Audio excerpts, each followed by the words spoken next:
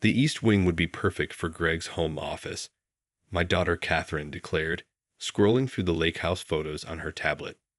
And that sunroom. Emma could use it for her yoga studio. I sat at the head of my dining room table, watching my 3 children divide up my retirement dream as if it were a game of Monopoly. After 40 years of teaching physics at Lincoln High School, I'd finally purchased the lake house I've been eyeing for the past decade. 3 acres of waterfront property, a craftsman-style home with gorgeous woodwork, and most importantly, a separate boathouse perfect for what I had planned. Dad, you really should have consulted us before making such a big purchase, my oldest son, Thomas, said, adjusting his expensive tie. I know some excellent real estate investors who could have gotten you a better deal. I'm David Harrison, age 62, and I'd spent my entire career helping students understand the mysteries of physics, from Newton's laws to quantum mechanics. The lake house represented not just my retirement dream, but a chance to continue teaching in a different way. The kitchen needs a complete overhaul, Catherine continued. Those vintage appliances have to go. We're thinking stainless steel, marble countertops. I asked mildly, sipping my coffee. Well, since we'll all be using it as a family vacation home, we should have input on the renovations. My youngest son, Greg, chimed in. Emma and I could move in for a few months to oversee the work.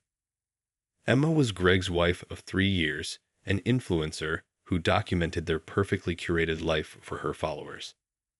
The thought of my carefully chosen lake house becoming a backdrop for social media posts made me wince internally. What they didn't know was that I'd already submitted the paperwork to convert the property into a science education center. The lake house would become a place where students could study physics in action: water dynamics, solar power, mechanical engineering. The boathouse was already being retrofitted as a laboratory. Have any of you actually asked what I plan to do with the property? I inquired. Thomas waved his hand dismissively. Dad, you need to think about the future. This could be a significant family asset if managed properly. My firm could set up a trust. I'd heard enough. I stood and walked to my office, returning with a folder of documents I'd prepared for this moment. The first paper was my agreement with the state's education board. Starting next fall, the lake house would host summer science camps for underprivileged students, weekend physics workshops, and a scholarship program I developed using my pension and savings. You're turning it into a school. Catherine's voice rose sharply. Dad, that's not practical. What about family gatherings? Holiday traditions? There's plenty of room for both, I said calmly. But the property's primary purpose will be education. I've already received grants from 3 science foundations. Thomas grabbed the papers, his face darkening as he read. This is ridiculous. You can't just give away a valuable property like this. We need to talk to my lawyers. It's already done, I replied. The conversion begins next month. The trust is ironclad. The property can only be used for educational purposes. Greg looked stunned. But Emma already announced to her followers that we'd be documenting the renovation process. She has sponsors lined up. I almost smiled at that. My quiet purchase had apparently spawned quite a few plans I knew nothing about. She's welcome to document the creation of the Science Center. It might actually be educational for her followers. Catherine stood, her designer heels clicking on the hardwood floor. This is about control, isn't it? You never approved of how we live our lives, always pushing your academic values on us. Now you're basically ensuring we can't enjoy the property as a family. Family is always welcome, I said firmly. But this property has a greater purpose. Think about the students who'll discover their love for science here, the minds that will be opened to new possibilities. Students have schools, Thomas argued. This is about family legacy, about building generational wealth. I looked at my children, all successful in their chosen fields, all believing they knew better than their old teacher father. Legacy isn't just about money, I said quietly. It's about impact, about making a difference in the world. Thomas stood abruptly. This isn't over. There must be a way to challenge this legally. Your mother would have understood, I said softly. That stopped them. Sarah had been a biology teacher, had shared my passion for education before cancer took her 10 years ago. She'd always supported my dream of creating a place where learning could happen naturally, where students could see science in action. The room fell silent except for the ticking of the old clock Sarah had loved. Finally, Catherine spoke, her voice smaller now. Mom would have loved teaching there, wouldn't she? Yes, I replied. She helped me design the initial plans. The laboratory in the boathouse, that was her idea. Greg was looking at the project renderings now, his expression thoughtful. These designs, they're actually pretty amazing. The solar array, the water monitoring systems. All hands on learning opportunities, I explained. Students will see physics in action, not just formulas on a blackboard. Thomas was still frowning at the legal documents. The trust structure is solid, he admitted reluctantly. You've clearly been planning this for a while. 10 years, I said. Every extra tutoring session, every summer school class. I put the money aside. This isn't a spur-of-the-moment decision. Catherine sank back into her chair. But what about family time? Holidays? Like I said, there's room for both. The summer programs run 8 weeks. The weekend workshops are scheduled around major holidays. Family is always welcome. You might even learn something new. Greg was now scrolling through the center's website on his phone. You've already got a waiting list for the first summer program. 300 applications for 30 spots, I confirmed. All from students who couldn't otherwise afford advanced science education. The atmosphere in the room was shifting. Thomas loosened his tie slightly. The tax benefits of educational property use are actually quite favorable, he mused. And Emma's followers might be interested in science education content, Greg added. Something different from the usual lifestyle posts. Catherine was quiet, looking at old photos on the walls. Sarah and me in our teaching days, surrounded by students at science fairs and graduation ceremonies. Mom always said education was the greatest gift we could give. I pulled out more documents, the curriculum plans, the partnership agreements with local schools, the scholarship structure. This isn't just about physics, I explained. It's about showing students what's possible, just like your mother and I tried to show you. As my children began reading through the materials, their initial anger fading into something like understanding, I walked to the window. The evening sun cast long shadows across my backyard, where Sarah and I had spent countless hours grading papers and dreaming of this future. My phone buzzed. A message from Dr. Linda Chen, the program director we'd hired. Equipment installation begins next week. Local science teachers already volunteering to help. I typed back, perfect. Sarah would have loved this. Another buzz. First scholarship recipient confirmed. Reminds me of your stories about teaching Thomas physics. I smiled, remembering those long nights helping Thomas understand Newton's laws. He'd hated physics then, but the problem-solving skills had served him well in his corporate career. The Lakehouse would never be the family compound my children had imagined. Instead, it would be filled with curious minds, excited voices, and the joy of discovery. A different kind of family legacy, but one that would ripple outward through generations. Dad, Catherine said softly, tell us more about the programs you're planning. Maybe we could help somehow. And so I did, watching as their expressions changed from resignation to interest. Sometimes the best response to expectations isn't confrontation, but offering a larger vision of what's possible. Let them process this change. Let them adjust their plans. The Lakehouse's future was secure, its purpose clear. After 40 years of teaching in a traditional classroom, I was about to begin a new chapter of education. One that would honor Sarah's memory and create opportunities for students who needed them most.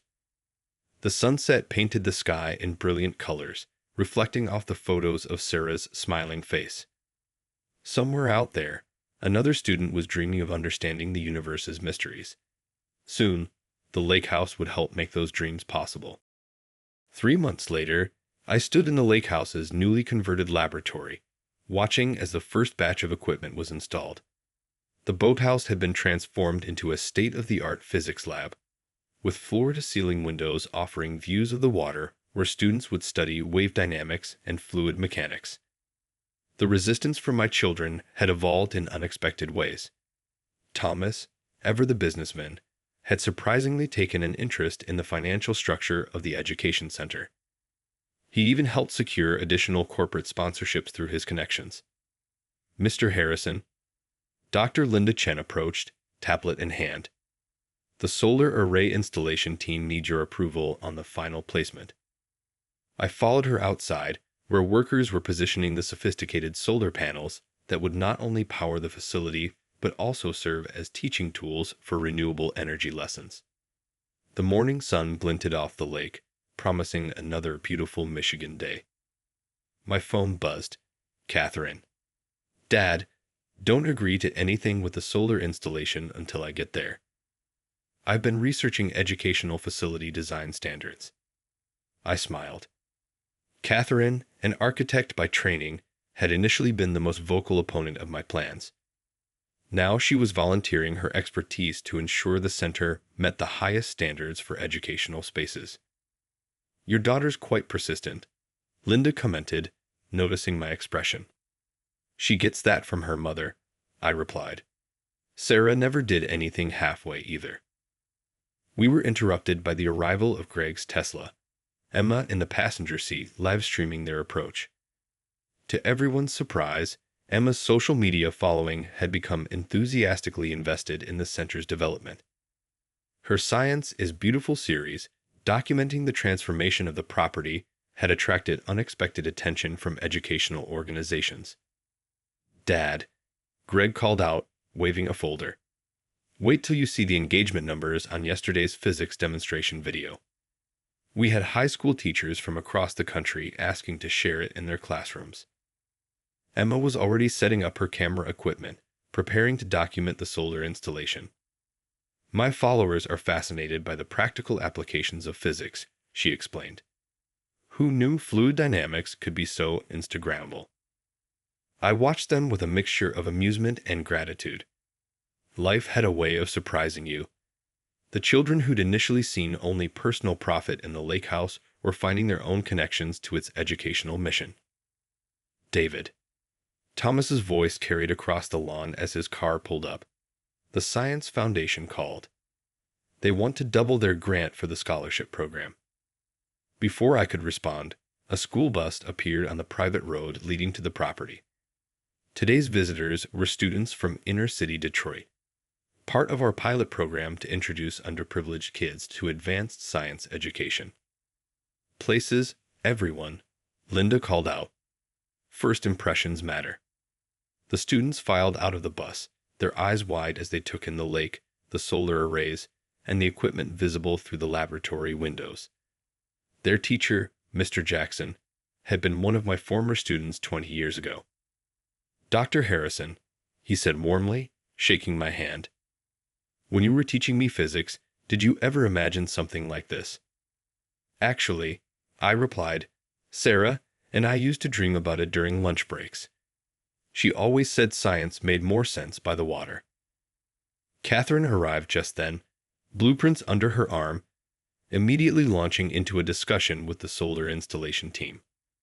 Thomas was showing Mr. Jackson the scholarship documentation, while Greg and Emma prepared to film the students' first reactions to the laboratory. Dad, Catherine called out, come look at these adjustments I'm suggesting for the classroom space. As I reviewed her plans, I noticed she'd incorporated elements that reminded me of Sarah's old classroom. The semicircular seating arrangement, the demonstration area positioned to catch natural light. Mom would have loved this, she said softly, noticing my expression. The students were now gathering for their first lesson, excited voices carrying across the property. Linda was explaining how they would use the lake itself as a physics laboratory. studying everything from momentum to thermodynamics. Mr. Harrison, one of the students raised her hand. My teacher said you spent 40 years helping kids like us understand physics. Why build all this instead of just retiring? Before I could answer, Thomas stepped forward. Let me tell you about my first physics lesson with my dad, he began, surprising me. I thought I'd never understand Newton's laws until he took me sailing and showed me how they worked in real life. The girl nodded thoughtfully. So this place is like that sailing lesson, but bigger. Exactly, I said. Every principle you'll learn here is something you can see, touch, and understand through real-world application. As the morning progressed, I watched my children naturally fall into roles I never would have predicted. Catherine explaining architectural physics to fascinated students, Thomas discussing scholarship opportunities with Mr. Jackson, Greg, and Emma, creating engaging content that would help other students across the country. My phone buzzed again. A message from Linda. The waiting list for summer programs has doubled. We might need to consider expanding. I looked out over the lake, remembering all those years of saving, planning, dreaming. Sarah would have loved seeing our children finding their own connections to education, their initial resistance transformed into passionate involvement. Dad, Catherine approached, excitement in her voice. What if we added a dedicated space for engineering projects? I've been sketching some ideas. The Lakehouse had become something more than either a retirement home or an education center. It was a bridge between generations, between privilege and opportunity, between abstract concepts and practical understanding. As the sun climbed higher, painting the lake in diamonds of light, I thought about all the students who would discover their passion for science here. Different from my children's original plans, yes, but perhaps a richer legacy than any of us had imagined. The property would never be just a family vacation home. Instead, it had become a family mission, each of my children contributing their unique skills to something larger than themselves. And somewhere, I was sure, Sarah was smiling. 6 months into the Science Center's operation, I sat in my office overlooking the lake, reviewing the impact reports from our first series of programs. The numbers were impressive. 150 students served, 12 scholarships awarded, and 3 students who'd already received early college acceptance letters to engineering programs. But it was the less tangible changes that moved me most. My children, who had once seen only personal gain in the Lakehouse, had transformed along with the property. A knock at my door interrupted my thoughts. Dad, Thomas entered, carrying his laptop. I've been analyzing our operational model. I think we could triple our impact by partnering with other retired teachers to replicate this in different locations. My corporate-minded son, who once only saw property value and asset management, was now passionately focused on scaling educational access. The irony wasn't lost on me. Show me what you're thinking, I said, clearing space on my desk. As Thomas laid out his expansion plans, Catherine burst in, her architect's portfolio tucked under her arm. The engineering lab designs are finished, she announced, and I've incorporated sustainable materials that can be used as teaching tools themselves.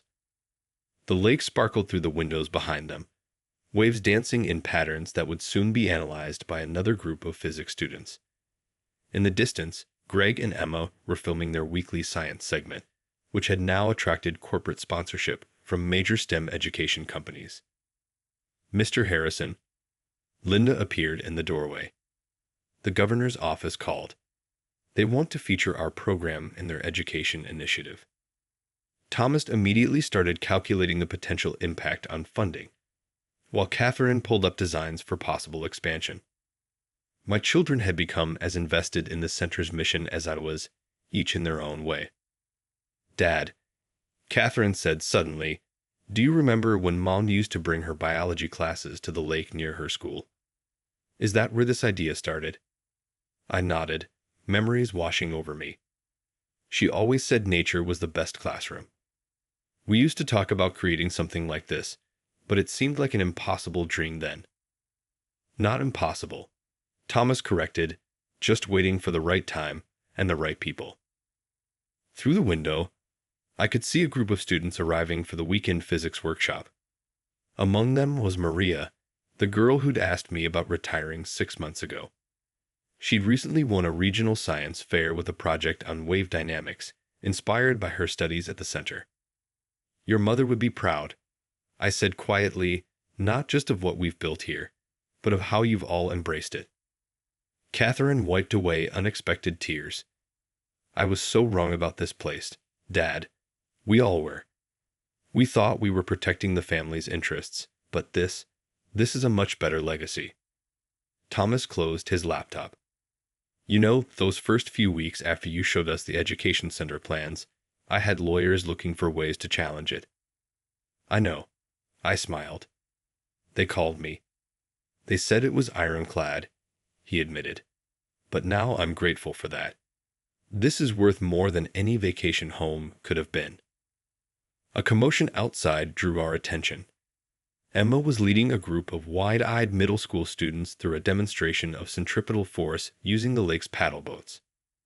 Greg was capturing their reactions as concepts clicked into place, theory transforming into understanding before their eyes. 2 million views on last week's physics explanation video, Catherine remarked, checking her phone. "Who knew science could be so popular?" "Mom knew," Thomas said softly. "Remember how she could make anything fascinating? Even cellular biology somehow became exciting when she taught it." Linda appeared again. "Sorry to interrupt, but the new scholarship applications are in. We've got 3 times as many as last round." I watched my children immediately shift into action mode. Thomas pulling up funding models, Catherine reviewing space utilization plans, both of them completely invested in expanding our reach. The lake breeze carried the sound of student laughter as Emma's demonstration reached its conclusion. These moments of discovery, of understanding blooming across young faces, were worth more than all the family vacation memories we might have made here. My phone buzzed. A message from Mr. Jackson. "Maria got early acceptance to MIT. She mentioned your center in her application essay." I showed the message to my children. Catherine hugged me impulsively, while Thomas quickly added the data to his impact report. "Dad," Catherine said, "I've been thinking about Mom's old biology curriculum. What if we added a biology wing? Environmental science, ecology, using the lake as a living laboratory." "Sarah's dream," Thomas suggested. "We could call it Sarah's Dream Wing." I felt my throat tighten. My practical, business-minded son, suggesting we name something after his mother's passion for teaching. It showed how far we all come. Through the window, I watched Maria explaining physics concepts to younger students, her enthusiasm mirroring Sarah's teaching style. The Lakehouse had become a place of chains of inspiration, each student potentially becoming another link in the continuous process of learning and teaching. "The contractors can start on the biology wing next month," Catherine was saying, spreading out new blueprints. "I've already incorporated Mom's ideas about hands-on learning spaces." Thomas was running numbers on his laptop. "The foundation's funding will cover it, especially with the new corporate partnerships. And Greg's social media campaign can document the whole process." I sat back, watching my children plan the next phase of what had become our shared vision. The Lakehouse would never be the family compound they'd initially imagined, but it had become something far more meaningful. A living legacy of education, inspiration, and possibility. As the afternoon sun painted the lake in shades of gold, I thought about all the future students who would discover their passion for science here. Different from my children's original plans, yes, but perhaps the richest inheritance I could have given them. The understanding that true wealth lies in what you give, not what you keep. The property would never be just a family asset. Instead, it had become a bridge between past and future, between teaching and learning, between one generation's dreams and another's opportunities. And somewhere, Sarah was smiling at all of us.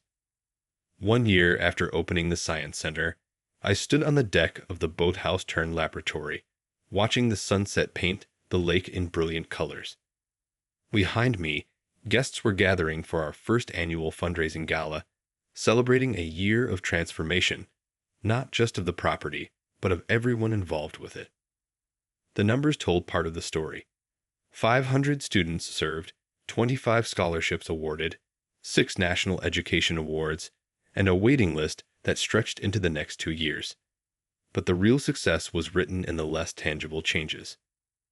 Ladies and gentlemen, Thomas announced, now in his element as the center's business director, welcome to the dedication of the Sarah Harrison Biology Wing. Catherine had outdone herself with the design, a beautiful blend of modern laboratory space and natural elements, with floor-to-ceiling windows that made the lake feel like part of the classroom. Sarah's old microscope held a place of honor in the entrance, alongside a photo of her teaching her last biology class. Dad, Greg approached, Emma beside him, live-streaming the event to their now substantial educational channel following. Maria's going to speak about her MIT acceptance. She insisted you introduce her. Maria, our first scholarship student now headed to MIT, had become a symbol of what the center could achieve. Her story had inspired dozens of corporate donations and hundreds of new applications. Remember when we thought this place would be our vacation home? Catherine whispered, linking her arm through mine. How small we were thinking. Indeed, the Lakehouse had become something far greater than a family retreat. It was now a beacon of educational opportunity, a place where dreams took root and grew into reality. Linda joined us, clipboard in hand. Next semester's programs are fully booked. We're getting applications from across the country now. International. Actually, Thomas added. We had inquiries from 3 Canadian schools and 1 from the UK this morning. I watched the gathered crowd, educators, donors, students, and families, all united in celebration of what education could achieve. My children moved confidently among them, no longer focused on personal gain, but on expanding our impact. Maria took the podium, her voice clear and confident. A year ago, I thought physics was just formulas in a textbook. Then Mr. Harrison and this amazing center showed me how science lives in every wave, every sunset, every moment. Now I'm going to MIT, and it all started here by this lake. Emma captured the moment perfectly. Maria's passionate speech, the lake glowing behind her, and the proud faces of her family who'd never imagined their daughter at MIT. Sarah would have loved this moment, I said quietly. She's here, Catherine replied, squeezing my arm. In every student who discovers their passion for science, in every life changed by education. The gala continued into the evening, but I slipped away to my favorite spot on the deck. The lake reflected the stars now, each ripple carrying moonlight in patterns that would fascinate tomorrow's physics students. My phone buzzed one last time. A message from Mr. Jackson. Sarah would be so proud of all of you. I smiled, remembering all those years of dreaming, planning, saving. The Lakehouse had become more than a retirement home, more than an education center. It had become a legacy of transformation, of students finding their path, of my children discovering their higher purpose, of Sarah's passion for teaching living on in every lesson taught here. Thomas joined me on the deck, loosening his tie. You know, Dad, I've never thanked you properly for stopping us from turning this place into just another vacation home, for showing us there was something bigger possible.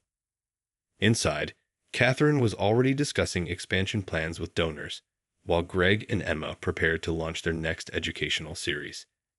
The children who had once sought to divide up the Lakehouse for personal use were now united in expanding its reach to help others. The night air carried the sound of waves against the shore, nature's endless physics lesson. Tomorrow, new students would arrive, new discoveries would be made, new dreams would take flight. The Lakehouse would never be just a family property, but it had given our family something far more valuable. A shared purpose, a living legacy, a way to honor Sarah's memory through action rather than just remembrance. As the last guests departed, my children gathered on the deck with me, all of us quietly watching the moonlight on the water. No words were needed. We all understood now what this place truly meant. The lake house had become our family's heart in a way no vacation home ever could have, not by containing us, but by helping us grow beyond ourselves. And that was the greatest legacy I could have hoped to create. Sarah would definitely be smiling now.